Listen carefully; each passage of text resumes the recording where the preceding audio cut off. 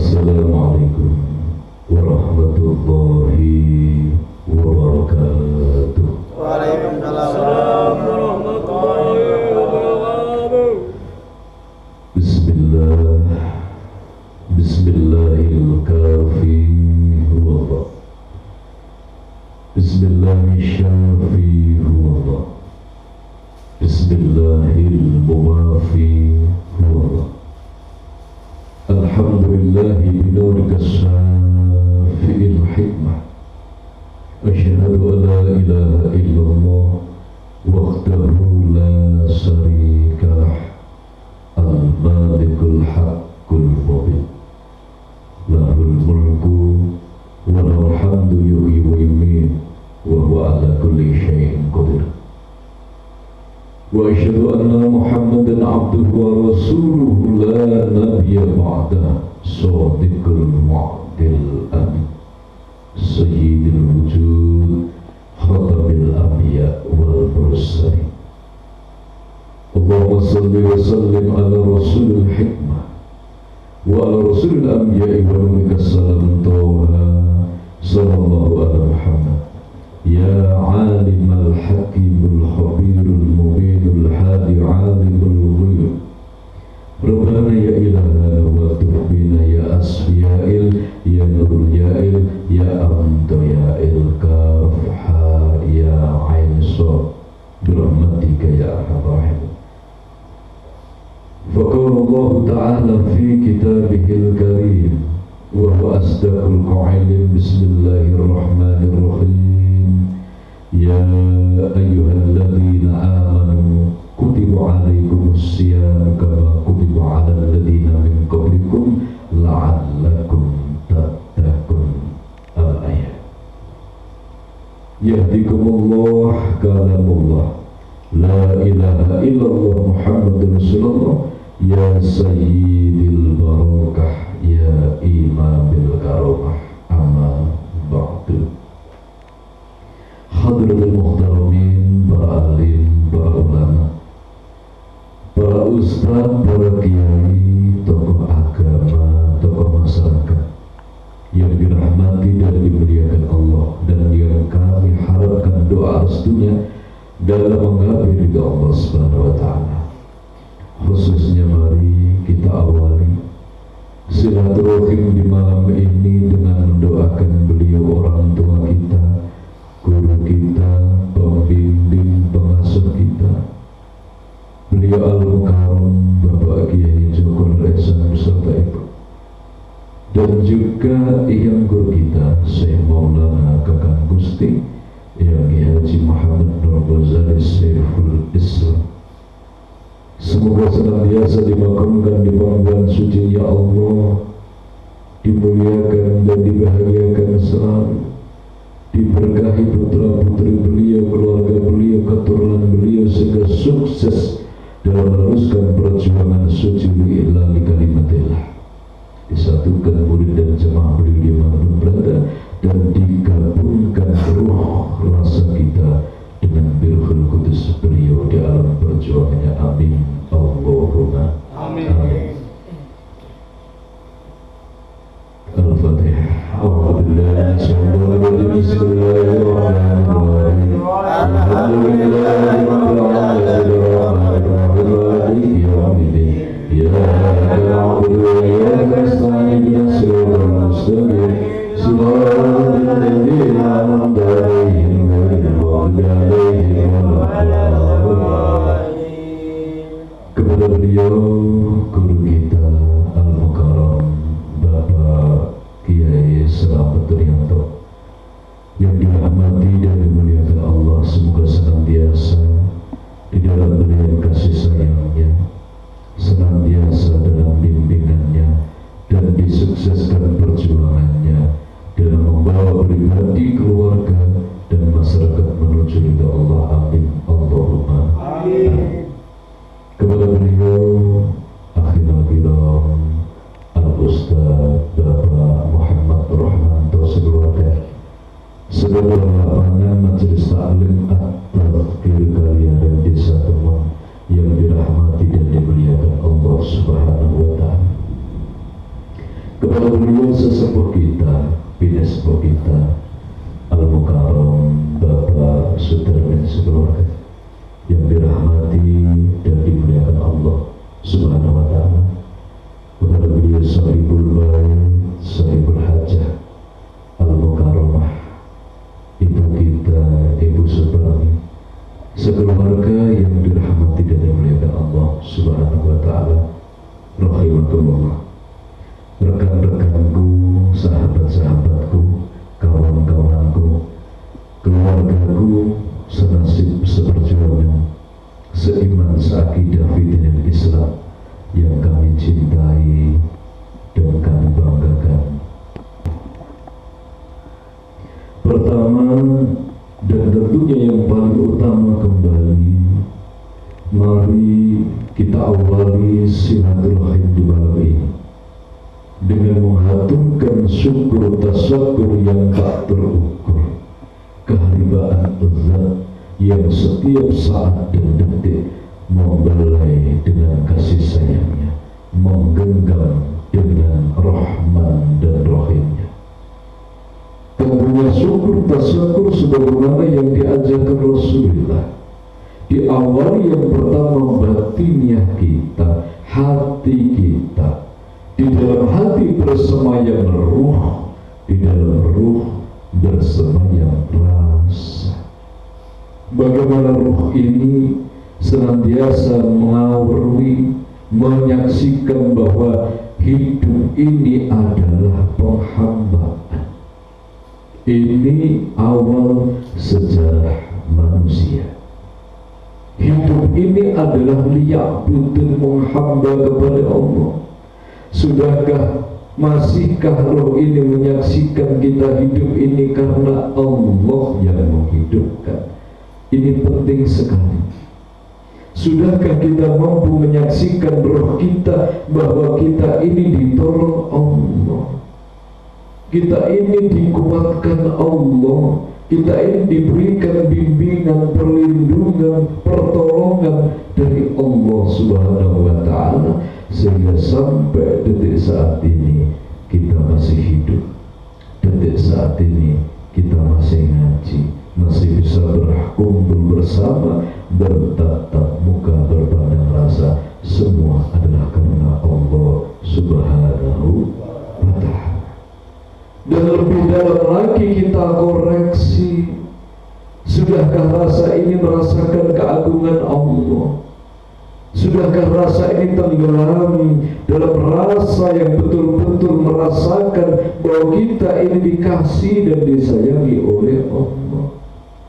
Di tengah-tengah rasa manusia yang semakin liar, di tengah rasa manusia yang semakin brutal, yang bersumber dari hawa nafsu, rasa iri, rasa dengki, rasa malas, rasa bosan, rasa bakhil, rasa suudzon, rasa sa'wasangka.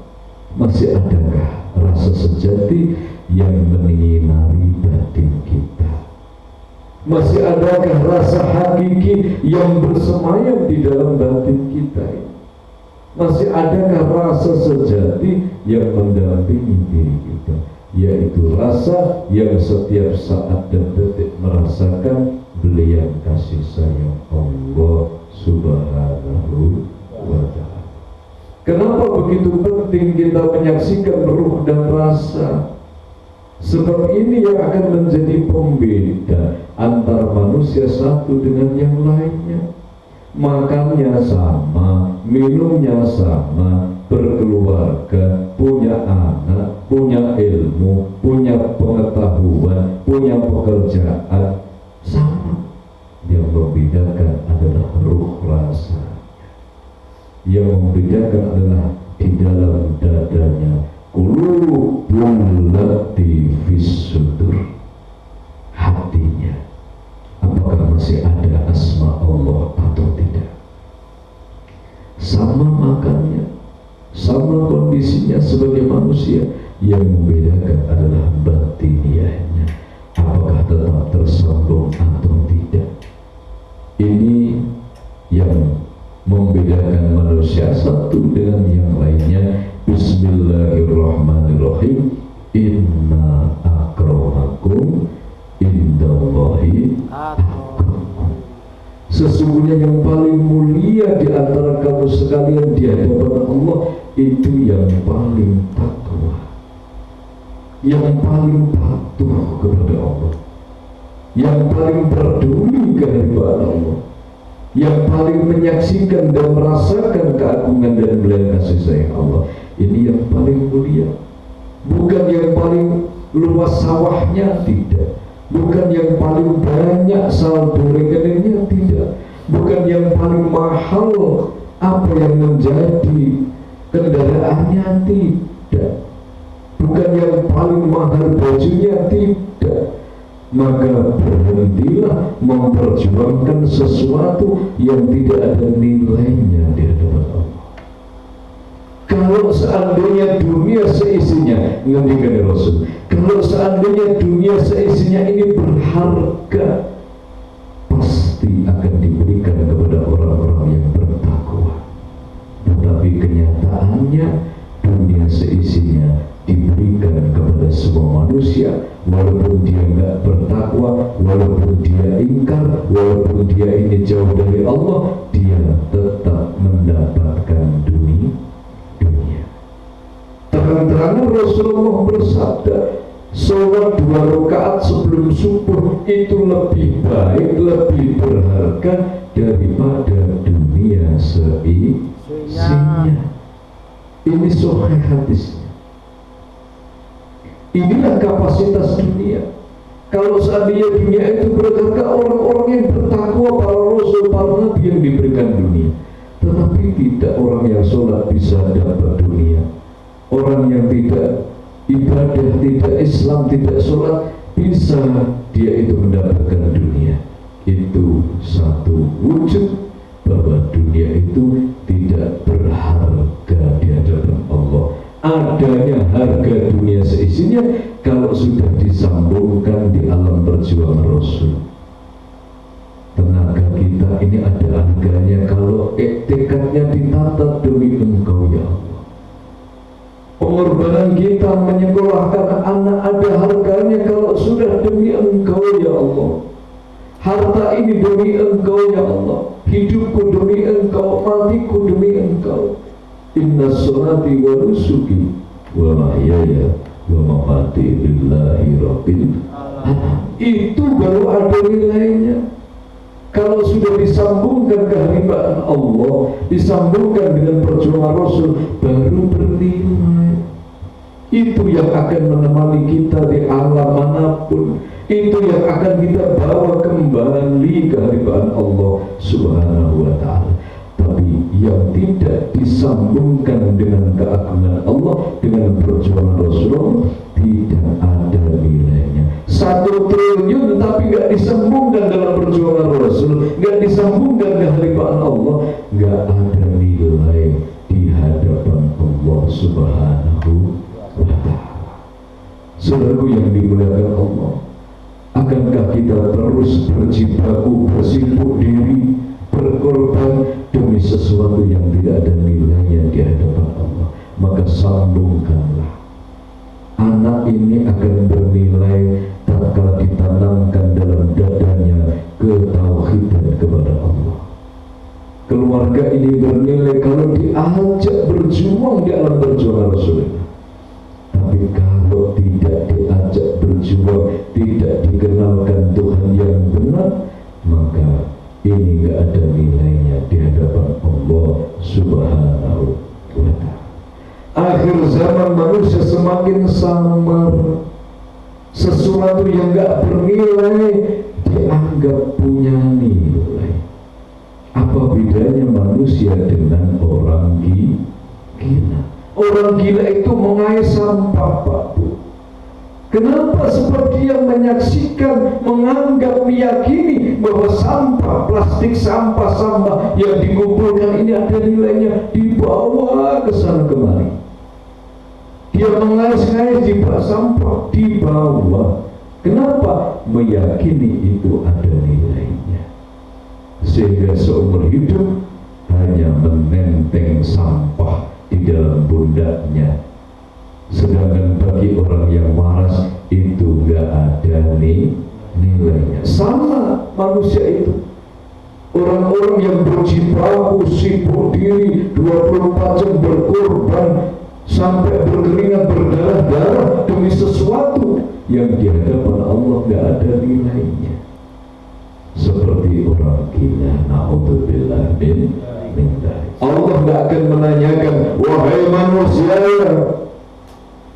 aku hidupkan kamu 70 tahun, apa yang akan kamu dapatkan? Apakah kamu sudah ada deposito 100 juta? Nggak ada pertanyaan itu dari Allah. Sudah berapa tanah yang telah kau beli? Setinggi apa bangunan rumahmu? Semewah apa kendaraanmu? Tidak menjadi pertanyaan Allah. Yang ditanya oleh Allah adalah setelah kita ini lepas dari duniawi, yang ditanyakan seberapa karya yang kamu torehkan dalam perjuangan Rasulullah Muhammad Sallallahu Alaihi Wasallam. Seberapa banyak engkau meneteskan keringat demi perjuangan al-Islam.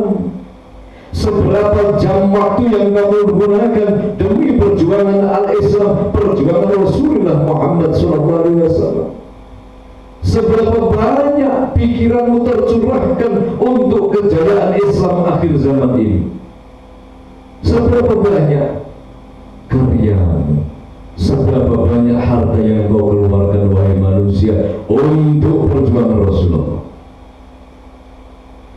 Maka bagaimana istri dari baginda Rasul, Siti Khadijah, seorang yang paling kaya raya di dalam sukunya, habis hartanya untuk perjuangan Rasulullah.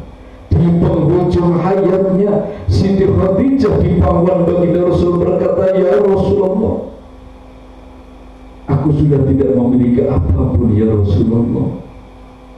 Hartaku telah habis, aku pertaruhkan untuk perjuanganmu ya Rasul. Seandainya orang-orang Islam, umat Islam ini membutuhkan jembatan dan tidak ada bahan, tulang-tulangku ya Rasul, gunakan sebagai jembatan untuk umat-umat Islam menyeberang kembali kepada Allah Subhanahu wa Ta'ala.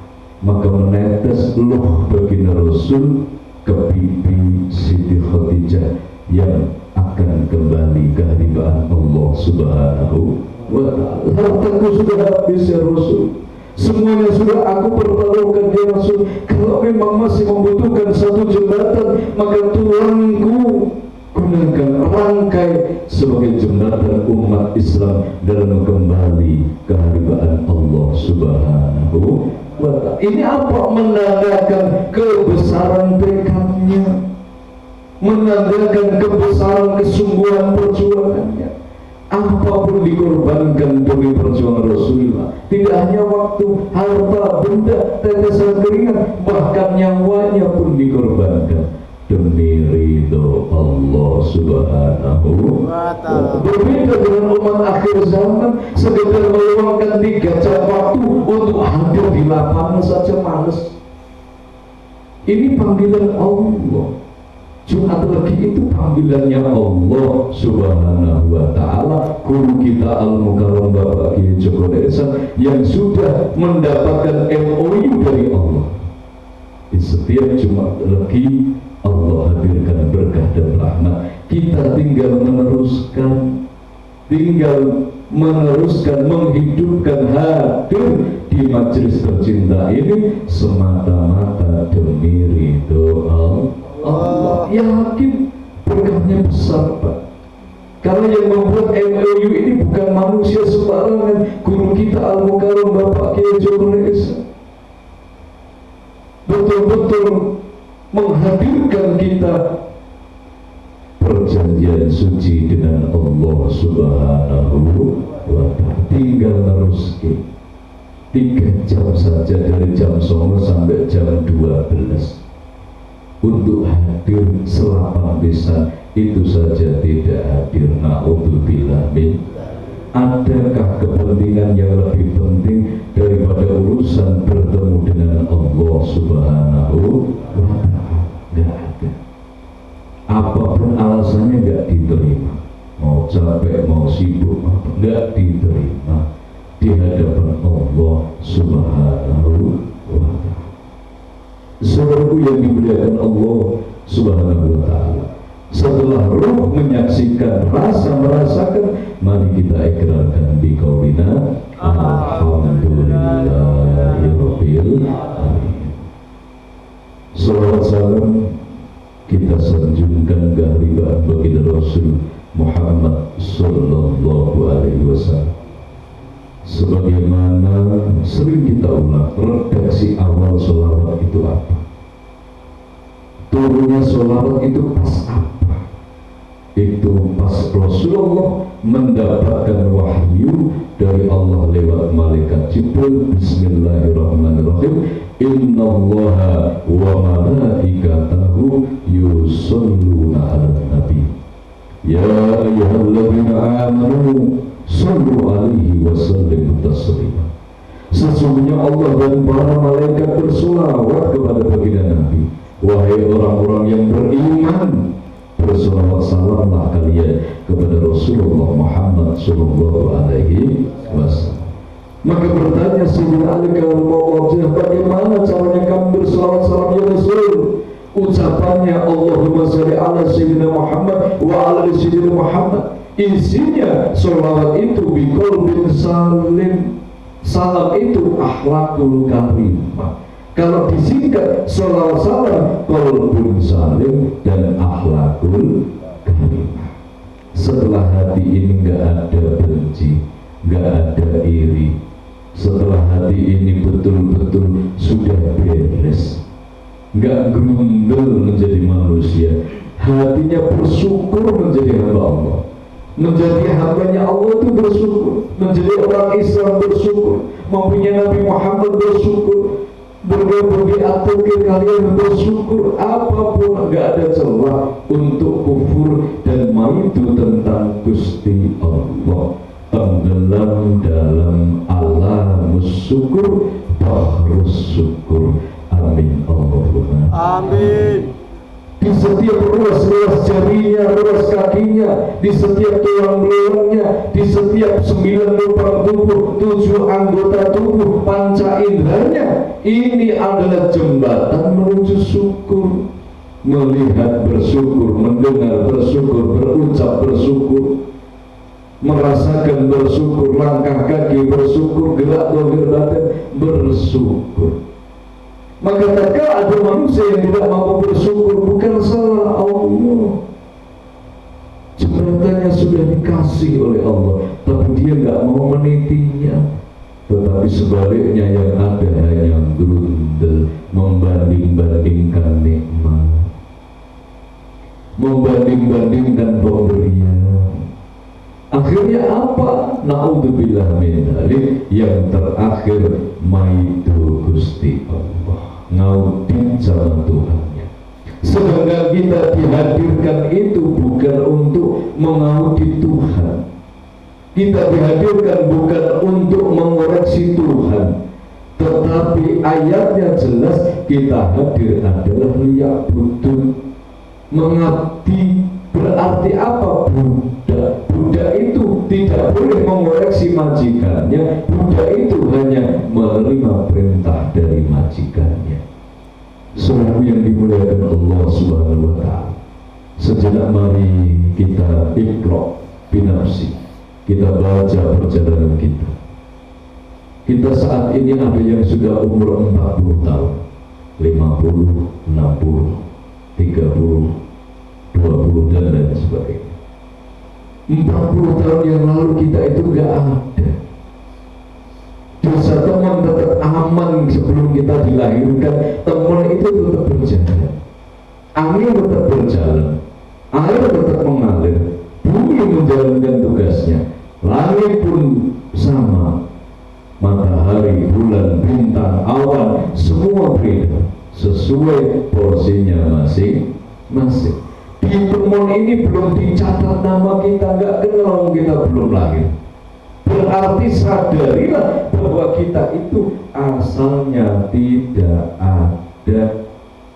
Kita itu asalnya nggak wujud sebelum mengenal orang tua, mengenal mertua, mengenal pendamping, mengenal anak, kawan, sahabat, Pak D, Pak D, dan lain sebagainya. Teman tidak mengenal diri kita karena kita memang tidak ada. Dan mau kemana kita? Kita akan kembali. Inna lillahi wa inna ilaihi raji'un. Kita dari Allah, milik Allah, akan kembali kepada Allah. Sanggupkah kita meniadakan diri ini? Walaupun ada, tetapi hatinya betul-betul menyaksikan yang ada hanya Allah Subhanahu wa ta'ala. Kita ini makomnya gak ada. La haula wa la quwata. Tidak ada daya dan kekuatan, itu makom kita. Mampukah kita kembalikan itu? Ketika guru kita yang paling sulit itu mengembalikan keakuan. Itu yang paling sulit. Keakuan ini milik Allah. Melihat ini adalah nurnya Tuhan, nur basirahnya Allah. Mendengar ini nur sami'nya Allah. Bergerak ini adalah nur afnalnya Allah. Hidup ini nur hayatnya Allah. Milik Allah semuanya. Mampukah kita mengembalikan kepada Allah Subhanahu wa ta'ala? Bagaimana cara mengembalikan? Caranya adalah dengan mematuhi perintah Tuhan. Kita hidup untuk apa? Ambil porsinya itu. Selebihnya adalah kesederhanaan dalam hidup. Lillahi rabbil alamin. Kita hidup tugasnya apa? Khalifatul fil ard, sebagai wakil Allah, menyebarkan kasih sayang, membawa kemanfaatan untuk semesta alam. Ukurannya manusia, khairun nas anfa'uhum linnas. Apa kemanfaatan yang kita torehkan 1 tahun ini? Adakah kemanfaatan untuk masyarakat teman, untuk manusia, untuk semesta? Minimal kita belum bisa membawa manfaat untuk orang lain, minimal tidak mengganggu, merepotkan orang lain. Dengan menjadi manusia yang baik, patuh aturan hukum, menjadi manusia yang tidak melanggar norma, etika, adat, itu kita sudah berjuang. Minimal menjadi hamba Allah yang baik, tidak merusak, mengotori, tidak menistakan, menghinakan alam dengan kemaksiatan kita. Jangan dikira pelanggaran yang kita lakukan itu nggak merusak alam. Satu kemaksiatan yang dilakukan ini akan merusak alamnya Allah, sehingga tidak menjadi orang Islam tapi selam, nyesel-nyeseli alam. Hidupnya nggak ada manfaatnya, copy paste, hidupnya setar, bangun tidur, sarapan, bekerja, tidur lagi, sarapan, bekerja terus. Apa yang dicari? Kalau hidup cuma itu, hidup cuma ulur, hidup cuma ngatur. Kalau petani, apa manfaatnya? Itu nggak ada nilainya di hadapan Allah. Hidup seperti itu hanya selam, nyesel-nyeseli alam, diulang-ulang, nggak ada manfaatnya. Bagaimana agar hidup membawa manfaat? Wal asri innal insana lafi khusrin illa alladzina amanu wa 'amilus solihati wa tawassaw bil haqqi wa tawassaw bis sabr. Agar ada manfaatnya, sambungkan dengan angan yang benar. Maka kita diberikan amalan guru sholat, hajat, iktikaf untuk meluruskan angan. Dohirnya kelihatannya di sawah, matun, daun, dan sebagainya, tapi angannya ini bagian dari langkahnya menuju ridho Allah. Aku bekerja karenamu ya Allah, aku menunggu waktu sholat karenamu ya Allah, aku gunakan untuk pergi ke kantor, mengerjakan tugasku di kantor ya Allah, tetapi niat iktikad hanya demi Engkau ya Allah. Lillahi rabbil alamin. Aku di pasar berdagang demi Engkau ya Allah. Dohirku ini hanya ikhtiar ya Allah, menunggu, mengisi waktu untuk menunggu panggilanmu sholat dan panggilan terakhirmu innalillah. Aku gunakan untuk berdagang, bertani demi harus dengan tekad yang benar. Segala ketidakbenaran dalam hidup ini singkirkan, walau itu berat. Justru semakin berat pengorbanan kita dalam melepaskan sesuatu yang kita cintai, itu akan dihadirkan Allah keberkahan yang luar biasa. Sesuatu yang kita cintai tapi ternyata itu salah. Sesuatu yang sangat dekat dengan kita, tapi ternyata dengan kita dekat dengan itu menjadikan kita jauh dari Allah. Kalau kamu masih dekat dengan itu, kamu jauh dari Allah. Kemudian kita ikhlas mengorbankan sesuatu yang paling dekat, yang paling disayangi, yang paling dicintai, yang paling dibanggakan, dipersembahkan, dilepaskan demi cinta kita, kepatuhan kita kepada Allah Subhanahu wa Ta'ala. Maka berkahnya akan besar, pengorbanannya besar, berkahnya akan besar. Itu membuktikan kebesaran jiwa kita. Karena apa yang dikorbankan itu sifatnya duniawi, hawa nafsu, mengorbankan amarah, mengorbankan iri, mengorbankan benci, mengorbankan tidur pagi, mengorbankan segala sesuatu yang tidak penting. Yang terang-terangan Allah dan Rasulnya melarang, korbankanlah demi Allah Subhanahu wa Ta'ala. Ini kebesaran jiwa demi penghambaan, demi cita-cita. Kalau kita masih berdiri belum bisa mengorbankan itu, ya ada sesuatu yang kurang dalam langkah kita. Sesuatu yang kurang, kenapa? Sebab kita masih memilih selain Allah Subhanahu wa Ta'ala. Nabi kata Rasulullah jelas, barang siapa manusia mengambil bagian kenikmatan kehidupan dari sesuatu yang haram, maka Allah akan mencabut kenikmatan dari yang halal. Na'udzubillah min dzalik. Sering melihat wanita di Android yang bukan istrinya dan menikmati, iki ayu mulus, maka yakin dicabut kenikmatan Allah yang halal, melihat istrinya akan jelek. Sesuatu yang haram masih kita nikmati, yang halal akan diambil oleh Allah Subhanahu wa Ta'ala. Ini ngendikane Rasulullah Muhammad Sallallahu Alaihi Wasallam. Maka patuhlah, pedulilah kepada aturan-aturan Allah Subhanahu wa Ta'ala. Saudaraku yang dimuliakan Allah Subhanahu wa Ta'ala, malam ini adalah penutupan sementara menjelang hadirnya Ramadan dan kita buka kembali di bulan Syawal nanti. Maka di dalam penutupan ini kami atas nama pribadi, keluarga, majelis taklim menghaturkan terima kasih yang sebesar-besarnya kepada bapak-bapak, ibu-ibu, jemaah sekalian, kepada Sohibul Bait, sesepuh, bini sepuh, koordinator yang telah ikhlas sama-sama bahu-membahu berjuang untuk menghidupkan lapangan kita sampai sekarang. Semoga tetap istiqomah sampai akhir hayat dan membawa hikmah demi iman takwa kita, iman takwa keluarga kita, iman takwa masyarakat kita kepada Allah Subhanahu wa Ta'ala.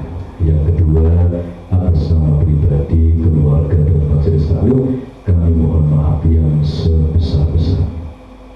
Segala kesalahan baik lahir maupun batin, kesalahan dalam tutur kata, kesalahan dalam memberikan contoh, kurangnya mendoakan, kesalahan dalam etikat dan apapun itu, dari hati yang paling dalam kami mohon maaf yang sebesar-besarnya. Dan juga kami menghaturkan selamat berpuasa dan ibadah di bulan suci Ramadan. Semoga senantiasa dibimbing, ditolong oleh Allah, betul-betul la'allakum tattaqun, mampu kembali kepada ketakwaan kepada Allah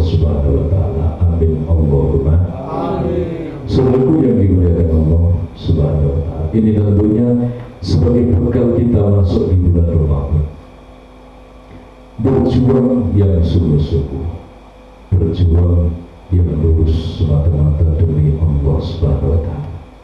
Maka di bulan suci Ramadan intinya itu adalah pengendalian diri.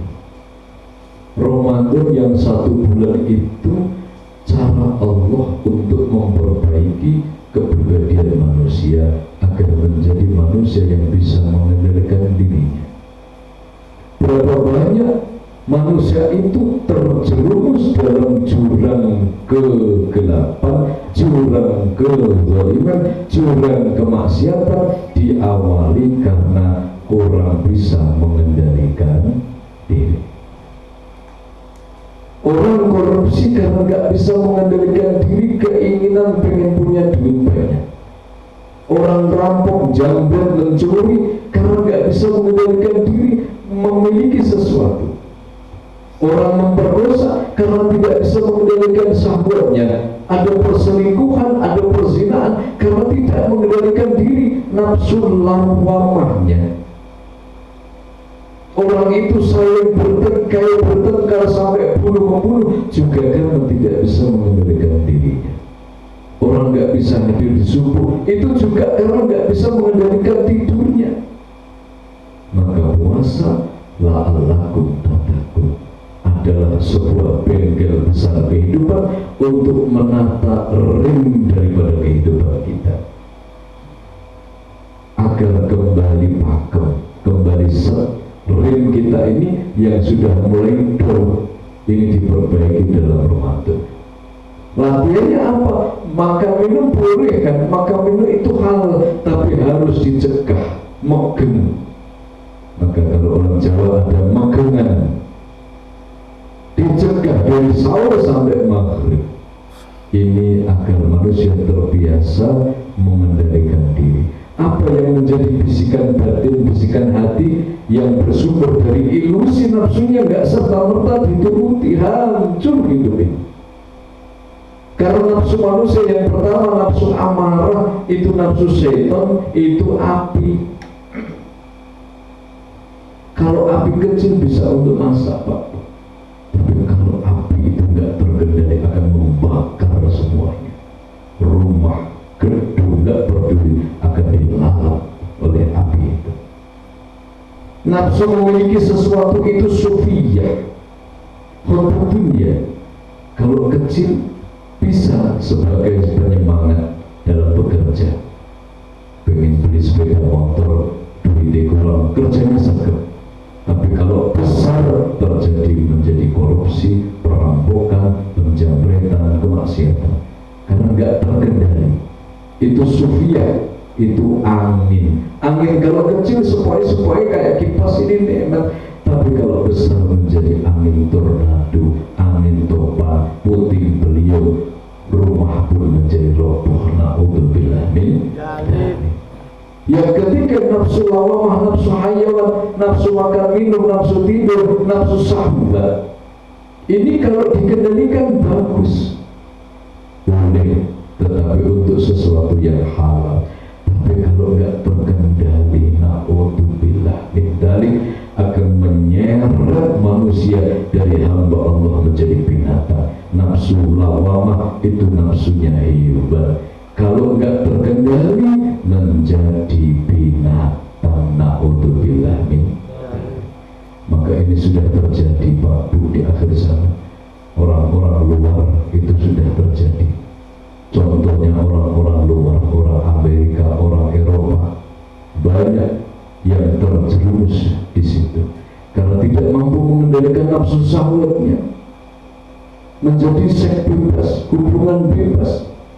Setelah itu nggak terkendali, terus-terusan berhubungan dengan keluarganya sendiri, dengan anaknya, dengan menantunya, dengan mertuanya, terus dilakukan terus, maka mendapat penyakit yang berikutnya apa? Berhubungan sesama jenis. Sesama jenis pun masih terus dilakukan. Akhirnya apa? Berhubungan dengan hewan. Na'udzubillah min dzalik. Dengan anjing, dengan babi. Itu karena apa? nafsu lawamah nggak dikendalikan menjadikan manusia terperosok ke dalam dunia hidup. Dia akan menjadi binatang.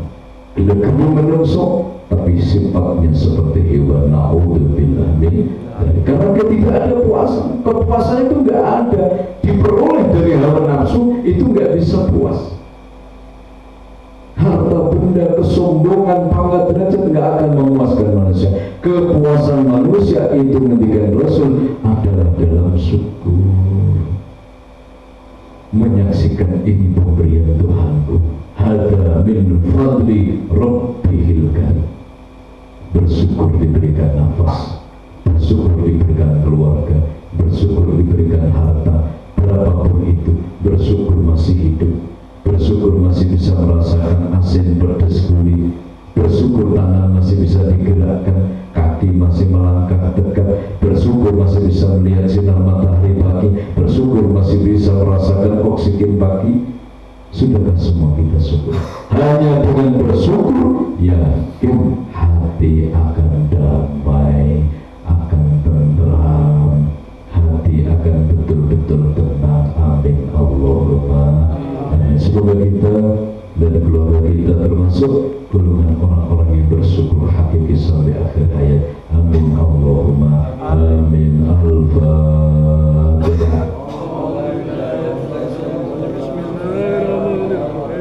Alhamdulillahirabbil alamin arrahmanir rahim maliki yaumiddin iyyaka na'budu wa iyyaka nasta'in ihdinas siratal mustaqim siratal ladzina an'amta 'alaihim ghairil maghdubi 'alaihim waladdallin. Ini hikmah puasa.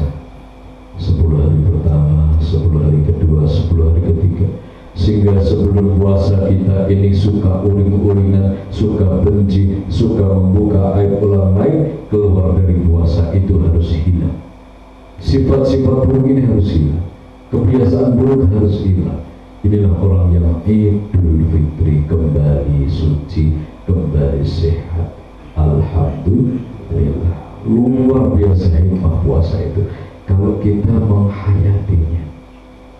Kalau cuma puasa elon-elon itu nggak bisa mendapatkan hikmahnya.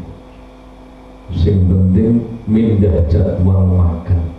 Begitu maghrib semua masuk, kolak masuk, es teh masuk, kopi masuk, mie ayam masuk, soto masuk, belengkeh-belengkeh gak kuat parme. Naudzubillah min. Maka mulai tahun ini harus kita perbaiki puasa kita. Jadilah puasa ini seperti pertapa, betul-betul mengurangi, mengendalikan diri. Apa ukurannya? Ukurannya sedengan. Kalau buku ya sedengan, iman-iman watangi, bukan sedengan. Dan betul-betul bersyukur kepada Allah Subhanahu wa Ta'ala bahwa puasa tujuannya adalah mengendalikan diri, kendalikan nafsu kita. Maka jiwa ini, ruh kita akan merdeka, akan bebas terbang kehambaan Allah. Yang menjadikan sayap ini berat dalam terbang manusia, ruhnya menuju Allah, itu adalah hawa nafsunya. Itulah porsi mengambil lebih dalam kehidupan ini. Ambil secukupnya saja. Kalau kita hidup ini cukup 1 gelas, jangan ambil 9 gelas. Cukup kita ini 3 piring, jangan ambil 10 piring. Karena ada energi lebih untuk menyongsong perjuangannya Rasulullah, menyongsong kejayaan Islam akhir zaman. Amin Allahumma. Kalau kita mengambil lebih urusan nafsu, nanti energinya habis. Buru-buru mikir ngamal, mikir angsuran saja, masih cabak sana cabak sini. Karena kepengen beli motor yang harganya di luar kemampuan. Ini buru-buru untuk mikir ngaji, untuk mikir perjuangan Rasul, untuk mikir puasa, untuk mikir hormat, mau mikir dunia ini harus mumet. Sudah mumet. Allah hadirkan 10 juta, dia ambil 15 juta, motor rego 15 juta. Akhirnya kurang 5 juta diangsur. Padahal itu hanya untuk nafsu. Kalau Allah kirimkan 10 juta, ambil 7 juta. Yang 3 juta bisa untuk akhirat kita. untuk amal kita yang kita simpan, tabungan akhir kita yaitu di akhir. Tidak cuma urusan duit, pintar-pintar memilih, urusan waktu. 18 itu 36 hari, malam Jumat lagi itu pertemuan dengan Allah, janjian dari guru kita kepada Allah, kita hadapi apapun resikonya. Itu menjadi pertimbangan. Maka hanya orang-orang yang sederhana hidupnya yang mampu berjuang. Orang yang berfoya-foya tidak akan mampu berjuang, sebab energi hidupnya habis dipakai untuk menuruti hawa nafsunya, nafsu amarah, nafsu sufiyah, nafsu lawamah. Akan berat untuk berpikir bagaimana perjuangan Islam di akhir zaman. Mikir diri sendiri sudah sempoyongan, mikir untuk menuruti nafsunya ini nggak puas-puas. Nggak bisa diajar, bukan tentang perjuangan Rasul mental. Karena apa? Sudah capek, tubuhnya lelah, letih, energi pikirannya habis, energi hatinya habis, tinggal dikir 5 menit tidur. Ini adalah tanda-tanda akhir zaman. Maka hiduplah sederhana. Apa hidup sederhana? Kalau memang kendaraan kita ada 5 juta, sudah itu yang kita pakai. Jangan mikir yang lebih, yang memberatkan kita sehingga kita tidak mampu beribadah, menjadikan sholat terbengkalai, menjadikan karena pikiran berat, ibadahnya terbengkalai, ngajinya terbengkalai, amal solehnya terbengkalai, tidak diprogram. Bukan salah Allah, salah manusia. Na'udzubillah. Semua kita, keluarga kita, keturunan kita diselamatkan Allah di akhir zaman ini, sehingga tetap setia dalam Muhammad kepada Allah dan membawa kemanfaatan bagi semesta semata-mata karena Allah. Amin. Allahumma amin. Al-Fatihah. Alhamdulillahirabbil alamin arrahmanir rahim maliki yaumiddin iyyaka na'budu wa iyyaka nasta'in ihdinas siratal mustaqim siratal ladzina an'amta 'alaihim ghairil maghdubi 'alaihim waladdallin. Yang sudah batal monggo dipersilakan wudu.